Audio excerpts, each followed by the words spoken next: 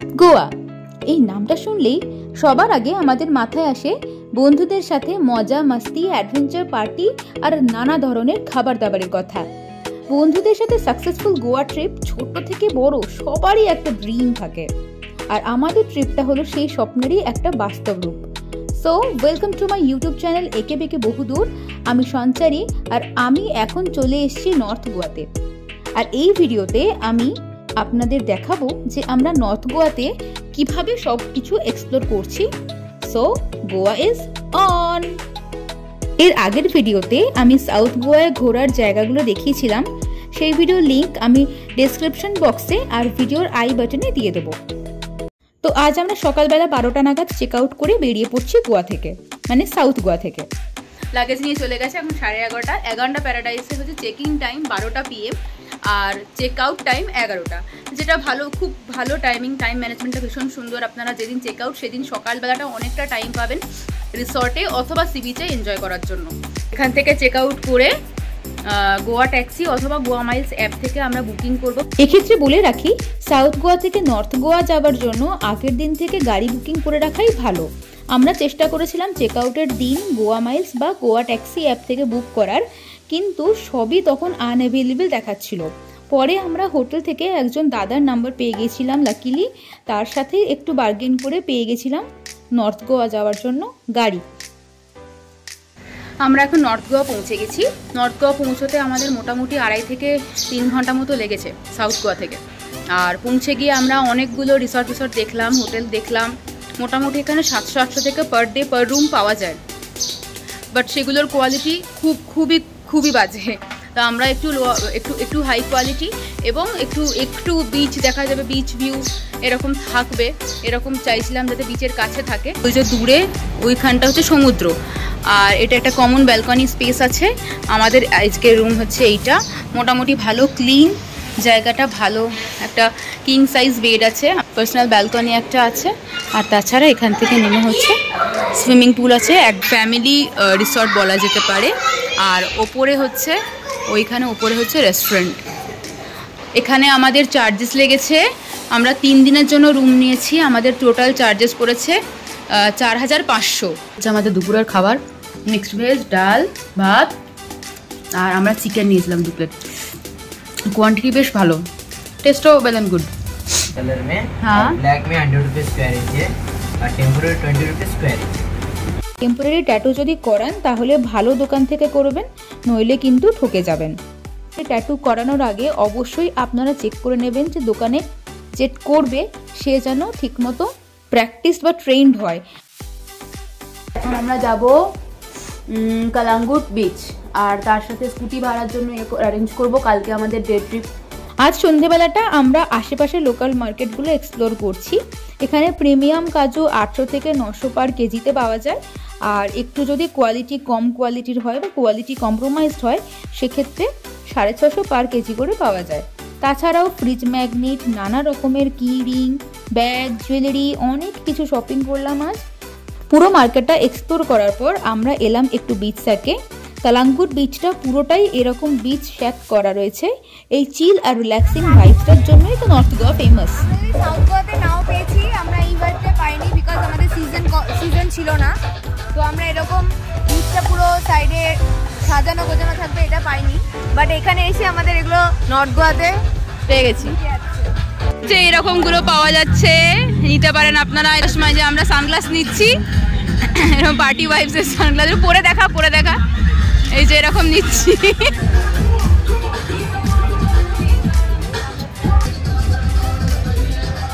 Party vibe. এই যে মুছে চোখে দেখতে পাচ্ছি না, এটা মুন আছে এখানে, ফটো তোলার চেষ্টা করছি।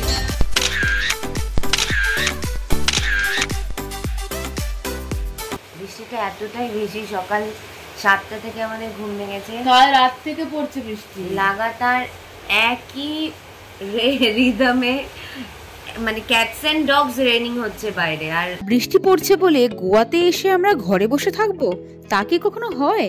তাই বেরিয়েই পড়লাম বৃষ্টির মধ্যে রেইনকোট পরে, আর চলে এলাম ক্যান্ডোলিম বিচে। আমরা এখন আছি ক্যান্ডোলিম বিচে। প্রচুর বৃষ্টি পড়ছিল, বাট এখন একটু বৃষ্টিটা ধরেছে দুপুরের দিক করে। এখানে হেয়ার ব্রেডিং করা হয়, এছাড়াও হচ্ছে এখানে সি বিচে এগুলো সব পেড শেয়ার। কেউ বসতে চাইলে এখান থেকে পে করে বসতে হবে।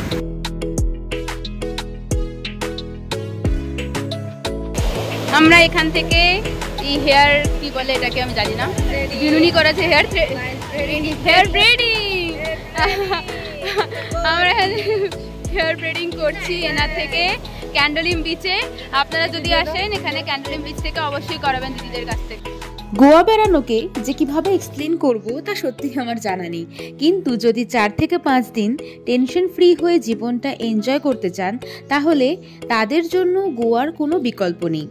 যারা গোয়া যাবার প্ল্যানিং করছেন তাদের সুবিধার জন্য আমি গোয়ার বেস্ট বিচগুলোর একটা লিস্ট স্ক্রিনে দেখিয়ে দিচ্ছি, তাহলে গোয়ার বিচ এক্সপ্লোর করার প্ল্যানটা আপনারা নিজেরাই সর্ট আউট করে নিতে পারবেন।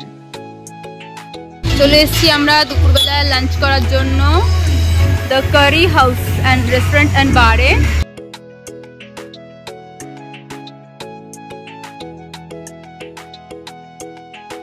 চলে এসেছি আমরা এখন আগোয়াডা ফোর্টে। এটা ওপেন হয় সকালবেলা 9টার সময় এবং ক্লোজিং টাইম হচ্ছে বিকেল 5:30। আর এখানে আগে পার্কিং করে আসতে হয়। পার্কিংয়ের জন্য 2 হুইলারের জন্য ওরা চার্জ দিচ্ছে 50 রুপিস। এখানে টিকিট নিতে হয় টিকিট কাউন্টার থেকে। এখানে ইন্ডিয়ানসের জন্য টিকিটের প্রাইস হচ্ছে 25 রুপিস, আর ফরেনারদের জন্য টিকিট প্রাইস 300 পার হেড। তো আমরা পার হেড 25 করে দিয়ে এখন টিকিট কাটছি। আর ফ্রি এন্ট্রি রয়েছে 15 বছরের নিচে বাচ্চাদের জন্য। আগোয়াডা ফোর্ট থেকে আরব সাগরের এক ভীষণ অপূর্ব দৃশ্য দেখা যায়, যেটা দর্শনার্থীদের মুগ্ধ করে।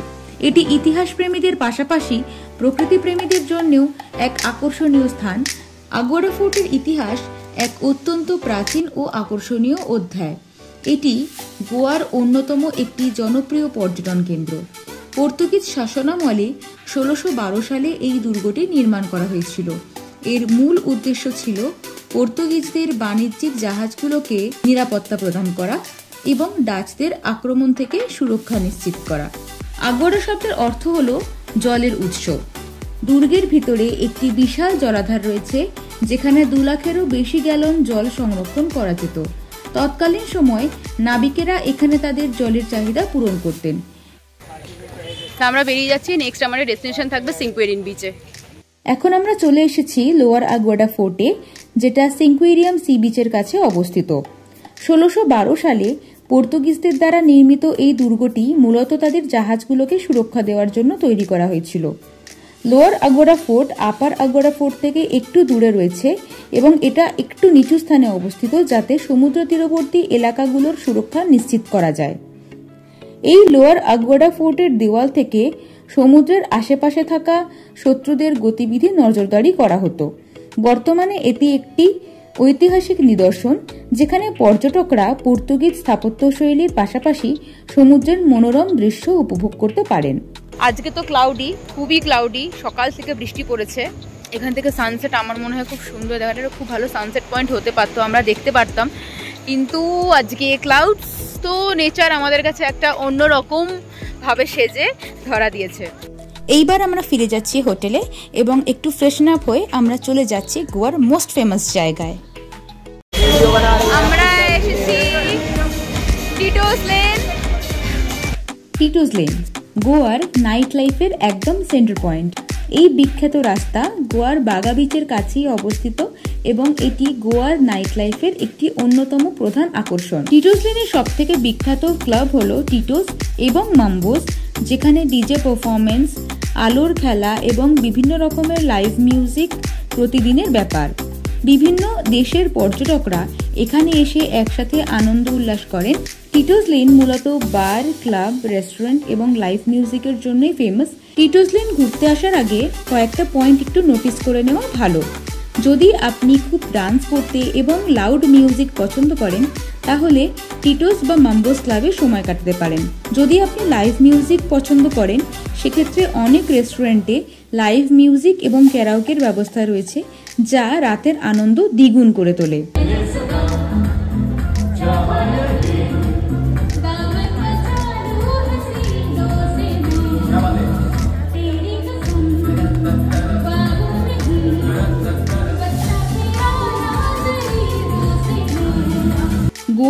নাইট লাইফ মজা করার জন্য টিটোস লেন কিন্তু একদম সেরা স্থান। তবে নিরাপত্তার দিক থেকে একটুখানি খেয়াল রাখতে হবে। রাতের ট্রাফিক এবং ভিড় সামলানোর জন্য আমার মনে হয় একটু আগের থেকে প্ল্যানিং করে নেওয়া ভালো। আজকে হচ্ছে আমাদের গোয়াতে লাস্ট দিন, আর কালকে প্রচণ্ড বৃষ্টির পরে আজকে একটু ওয়েদার ভালো আছে। আমরা যে প্ল্যানগুলো কিছু প্ল্যান করেছিলাম সেগুলো তো অবশ্যই কালকে আমরা যেতে পারিনি, শুধুমাত্র গেছিলাম আগুয়াডা ফোর্টে, এছাড়া লোয়ার ফোর্ট গেছিলাম, কেলের দিকে আমরা গেছিলাম টিটোস লেনে, একটু ঘুরে চলে এসেছি। আর আজকে আমরা যাব হচ্ছে ফার্স্ট আমাদের টার্গেট থাকবে ফন্টেইনাসে, যেখানে কালারফুল হাউসেস আছে। আর আজকে হচ্ছে আমাদের স্কুটি ফেরত দেওয়ার লাস্ট দিন। স্কুটি আমাদের 10টার মধ্যে ফেরত দিয়ে দিতে হবে, 9টার মধ্যে, 9টা লাস্ট টাইম। চলে এসেছি আমরা এখন চার্চে। চার্চটার নাম হচ্ছে ইমাকুলেট কনসেপশন চার্চ। চার্চের ভিতরে ঢোকা অ্যালাউড নয়। চার্চে সকালবেলা কেউ যদি প্রে করতে চায়, চার্চ সকালবেলা 9:30টার সময় খোলে এবং 12:30টায় বন্ধ হয়ে যায়। আমাদের ট্যুরিস্টদের জন্য চার্চ সবসময়ের জন্য খোলা থাকে। সামনে ফটো তোলা যেতে পারে, বাট ভিতরে অ্যালাউ নয়। সেন্ট ইমাকুলেট চার্চের শুরু হয়েছিল মিশনারিদের মাধ্যমে, যারা ভারতে খ্রিস্ট ধর্ম প্রচারের উদ্দেশ্যে এসেছিলেন। তবে সময়ের সাথে সাথে এখানে অনেক মডিফিকেশন দেখা যায় এবং এই স্থাপত্যে ওয়েস্টার্ন এবং লোকাল কালচারের একটা মিক্সচার দেখতে পাওয়া যায়। এই চার্চটি বিভিন্ন সম্প্রদায়ের মানুষকে একত্রিত করার জন্য তৈরি হয়েছিল এবং স্বাধীনতার পরেও আজও এটি একটি গুরুত্বপূর্ণ ধর্মীয় কেন্দ্র হিসেবে রয়ে গেছে। আমরা এখন আছি ফন্টেইনাস কালারফুল হাউসেসের জায়গায়। এটা পুরোপুরি পন্ডিচেরির ভাইব দেয়। এখানে অলরেডি একজন পোজ দিয়ে রেডি। ফন্টেইনাস কালারফুল হাউস লেন গোয়ার পঞ্জিম শহরের একটা পুরনো অংশ। এই এলাকার ঘরবাড়িগুলো 1800 এবং 1900 শতকের পর্তুগিজ স্থাপত্যের আদলে তৈরি। বাড়িগুলোর জানলা, বারান্দা এবং রঙিন দেওয়াল সেই সময়ের পর্তুগিজ সংস্কৃতির প্রতিচ্ছবি। ফন্টেইনাসকে ইউনেস্কো হেরিটেজ এলাকা হিসেবে স্বীকৃতি দেওয়া হয়েছে এবং এটি গোয়ার সাংস্কৃতিক ঐতিহ্যকে সযত্নে ধরে রেখেছে। এলাকাটি এমনভাবে সংরক্ষিত করা হয়েছে যেখানে হাঁটলে মনে হবে যেন আমরা অতীতে ফিরে এসেছি। রাস্তায় যেতে যেতে চোখে পড়ল দি ফেমাস কালা একাডেমি, যেটা গোয়ার পঞ্জিমে মান্ডোভি নদীর তীরে অবস্থিত। কালা একাডেমি গোয়ার সাংস্কৃতিক জীবনের কেন্দ্রবিন্দু হিসেবে কাজ করে এবং এখানে এসে গোয়ার ঐতিহ্য, সংস্কৃতি এবং সমৃদ্ধ শিল্পকলার সঙ্গে পরিচিত হওয়ার সুযোগ মেলে। আমরা এখন চলে এসেছি ডোনা পাওলা বিচে। এখানে সিংহা মুভির শুটিং হয়েছিল। জায়গাটা আমরা এর আগে ইন্দোনেশিয়া বালি গিয়েছিলাম, সেখানে টানালট বলে একটা জায়গা আছে, কাইন্ড অফ ওরকম ভাইব দিচ্ছে বিচ। ডোনা পাওলা বিচ গোয়ার পঞ্জিম শহর থেকে প্রায় 7 কিলোমিটার দূরে অবস্থিত। এটি সমুদ্রের নীল জলরাশি এবং সবুজ গাছপালায় ঘেরা, যা পর্যটকদের কাছে এক আকর্ষণীয় গন্তব্যস্থান। ডোনা পাওলা বিচের সাথে একটা প্রাচীন প্রেমের গল্প জড়িয়ে আছে। কথিত আছে যে ডোনা পাওলা নামে এক পর্তুগিজ মহিলা স্থানীয় এক যুবকের প্রেমে পড়েন, তবে বিভিন্ন কারণে তাদের প্রেম পূর্ণতা পায়নি এবং ডোনা পাওলা সমুদ্রে ঝাঁপ দেন। তার স্মৃতির উদ্দেশ্যেই এই বিচের নাম রাখা হয় ডোনা পাওলা। ডোনা পাওলা বিচে জেট স্কি, প্যারাসেলিং, কায়াকিং এবং বোট রাইডের মতো নানা ধরনের ওয়াটার স্পোর্টস উপভোগ করা যায়। এছাড়াও পর্যটকদের জন্য ফিশিং এবং আশেপাশের দ্বীপে বোট ট্রিপের সুযোগও রয়েছে এখানে। সিংহা মুভি শুটিং হয়েছিল এখানে, আর এরা হচ্ছে পোজ খুঁজছে কিভাবে সিংহামে কোন হাতটা ওপরে কোন হাতটা নিচে সেটা এখন ডিরেক্ট দেখা চলছে। ডোনা পাওলা থেকে আমরা অঞ্জনা বিচে গিয়েছিলাম, কিন্তু রাস্তায় আবার বৃষ্টি নামে, আর বৃষ্টিতে অনেকক্ষণ বিচের ধারে একটা স্টোনের দোকানে আমরা আটকেছিলাম। বৃষ্টিটা একটু কমার পর আমরা এখন এসেছি আরপুরাতে সল্ট ক্যাফেতে। পুরো গোয়ার মধ্যে এই ক্যাফের ভাইব, অ্যাম্বিয়েন্স আর খাবার সব থেকে বেস্ট লেগেছে আমার। হাইলি রেকমেন্ডেড ক্যাফে, অবশ্যই আপনারা আসবেন, খুব ভালো লাগবে আপনাদের।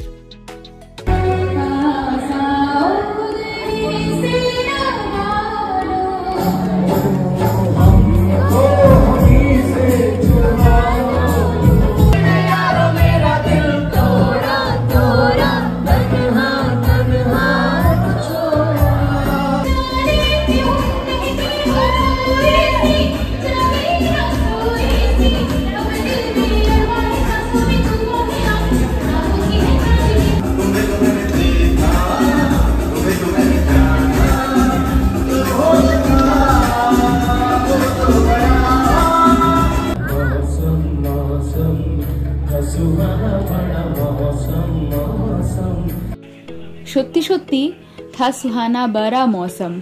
এত সুন্দর কেটেছিল আমাদের গোয়ার শেষ দিনটা। আর কথায় বলে, যার শেষ ভালো তার সব ভালো। আমাদের 5 নাইট 6 ডেজের গোয়া ট্রিপ অসাধারণ কেটেছিল।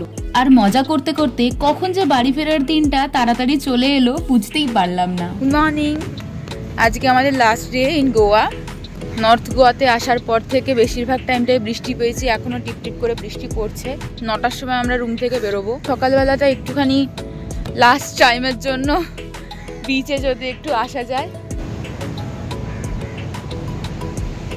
কান্নাকাটি চলছে, কান্নাকাটি চলছে, খুব কষ্ট, চলে যেতে হচ্ছে। বৃষ্টি আবার চলে এসছে, তাতে এদিকে চোখেও বৃষ্টি আর ওদিকে নেচারেরও বৃষ্টি, আর থামছে না।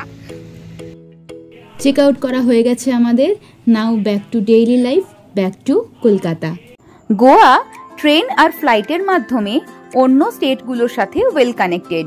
হাওড়া থেকে 18047 অমরাবতী এক্সপ্রেস রাত 11টা 20-তে ছাড়ে এবং গোয়াতে ভাস্কো ডা গামা স্টেশনে পৌঁছতে সময় নেয় প্রায় 41 ঘন্টা। এছাড়া গোয়াতে দুটো এয়ারপোর্ট আছে। নর্থ গোয়াতে রয়েছে মোপা এয়ারপোর্ট আর সেন্ট্রাল গোয়াতে রয়েছে ডাবল এম ইন্টারন্যাশনাল এয়ারপোর্ট, যা কলকাতার সাথে ডিরেক্ট ফ্লাইট দ্বারা কানেক্টেড। গোয়া ট্যুর প্ল্যান করার আগে একটু ভেবে নিতে হবে যে গোয়া ঠিক কী কারণে যেতে চাইছেন। যদি অল ওভার গোয়া এক্সপ্লোর করতে চান তাহলে সাউথ আর নর্থ দুটো সাইড কভারের জন্য 5 নাইট 6 ডেজের প্ল্যান করতে পারেন। যদি শুধুমাত্র পার্টি, আনন্দ, ফুর্তি করার জন্য বা নাইট লাইফ এনজয় করার জন্য গোয়া যেতে চান তাহলে আপনাদের ট্রিপ নর্থ গোয়াতেই সীমাবদ্ধ রাখতে পারেন। সেক্ষেত্রে গোয়ার জন্য 3 নাইট 4 ডেজই এনাফ। আর যদি গোয়ার একটু অফবিট জায়গাগুলো ঘুরে দেখতে চান তাহলে 7 দিনের ট্যুর প্ল্যান করতে পারেন। তাহলে নর্থ, সাউথ আর তার সাথে ওল্ড গোয়া এবং কিছু অফবিট জায়গাগুলো ঘুরে নিতে পারবেন। সঙ্গে থাকুন আর দেখতে থাকুন, আর সেই সাথে আমার চ্যানেল এঁকে বেঁকে বহুদূরকে সাবস্ক্রাইব করে দেবেন। আর সাবস্ক্রাইবের সাথে বেল আইকনটিও ক্লিক করে দেবেন যাতে আমি কোনো ভিডিও আপলোড করলে আপনার কাছে সাথে সাথে নোটিফিকেশন যায়। গোয়াতে বিভিন্ন মানের বিভিন্ন বাজেটের হোটেল পাওয়া যায়। নর্থ গোয়াতে কালাঙ্গুট বা বাগা এরিয়াটা একটু ক্রাউডেড, তাই ওখানে একটা স্ট্যান্ডার্ড বাজেট ফ্রেন্ডলি হোটেলের দাম শুরু হয় 1,500 টাকা থেকে। বিচ আর মার্কেটের থেকে দূরে গেলে সেই অনুযায়ী রুম রেট কমতে থাকে। সাউথ গোয়া একটু বেশি অফবিট এবং আনএক্সপ্লোর্ড, তাই জন্য এখানে রিসর্টের প্রাইসটা একটু বেশি। আর বেশিরভাগ রিসর্টগুলো একদম বিচ ফ্রন্ট রিসর্ট। বিচ থেকে যত দূরে যাবেন ভাড়া কিন্তু সেই অনুপাতে কমতে থাকবে। সাউথ গোয়ায় একটা বাজেট ফ্রেন্ডলি রিসর্টের ভাড়া শুরু হয় মোটামুটি 4,000 থেকে। গোয়াতে খাবারের প্রাইস আমাদের কলকাতার মতনই। রিসর্ট কাম রেস্টুরেন্টগুলোতে একটা স্ট্যান্ডার্ড ডিশের দাম মোটামুটি 400 থেকে 600 টাকা হয়। আর বিচ ক্যাফেগুলোতে একটা ডিশ মোটামুটি 500 থেকে 700 টাকার মধ্যে। গোয়া স্কুটিতে ঘুরলে পার ডে চার্জেস লাগে 400 থেকে 600 টাকা। স্কুটি নেবার সময় অবশ্যই ভিডিও করে নেবেন যাতে স্কুটি ফেরত দেওয়ার সময় কোনো রকম কোনো সমস্যা না হয়। আর স্কুটির সাথে কিন্তু হেলমেট মাস্ট, আর সাথে ড্রাইভিং লাইসেন্সও রাখতেই হবে, নইলে স্কুটি ইস্যুই হবে না। আর সেলফ ড্রিভেন 4 হুইলারের ভাড়া পড়ে মোটামুটি 1200 থেকে 1500 টাকার মধ্যে। গোয়াতে পেট্রোলের দাম কিন্তু খুবই কম। তাহলে সব মিলিয়ে গোয়া কিন্তু একদম বাজেট ফ্রেন্ডলি একটা জায়গা। সাউথ গোয়াতে রিসর্টগুলো আপনারা অনলাইনে বুকিং করে আসতে পারেন, সেক্ষেত্রে অনলাইন ডিসকাউন্ট কিছু পেয়ে যাবেন। আর নর্থ গোয়াতে অজস্র হোটেল আছে, কোনো চিন্তার কারণ নেই। আগের থেকে যদি বুকিং নাও করতে পারেন সেক্ষেত্রেও বাগা বা কালাঙ্গুটে পৌঁছে আপনারা নিজেদের পছন্দের মতো রুম দেখে চুজ করে নিতে পারেন, আর তার সাথে বার্গেনিংও করে নিতে পারবেন একটু। গোয়াতে কিন্তু জিনিসপত্রের দামও আমাদের কলকাতার মতনই, যদিও কলকাতাতে সবকিছু পাওয়া যায়, কিন্তু তাও স্মৃতি হিসেবে গোয়া থেকে কিছু নিয়ে আসতে চাইলে আপনারা অবশ্যই নিয়ে আসবেন। অনেক ইউনিক জিনিস পাওয়া যায় আর দামও কিন্তু খুবই রিজনেবল। তাহলে আপনারা কবে গোয়া ঘোরার প্ল্যানিং করছেন কমেন্টে জানাবেন অবশ্যই। আর গোয়া প্ল্যানিং নিয়ে কিছু প্রশ্ন যদি থাকে আপনাদের অবশ্যই কমেন্ট করবেন, আমি আমার এক্সপিরিয়েন্স অনুযায়ী অবশ্যই আপনাদের সেই ইনফরমেশনগুলো শেয়ার করব। আজকের ভিডিও তাহলে এই পর্যন্তই, দেখা হচ্ছে পরের ভিডিওতে। Thanks for watching.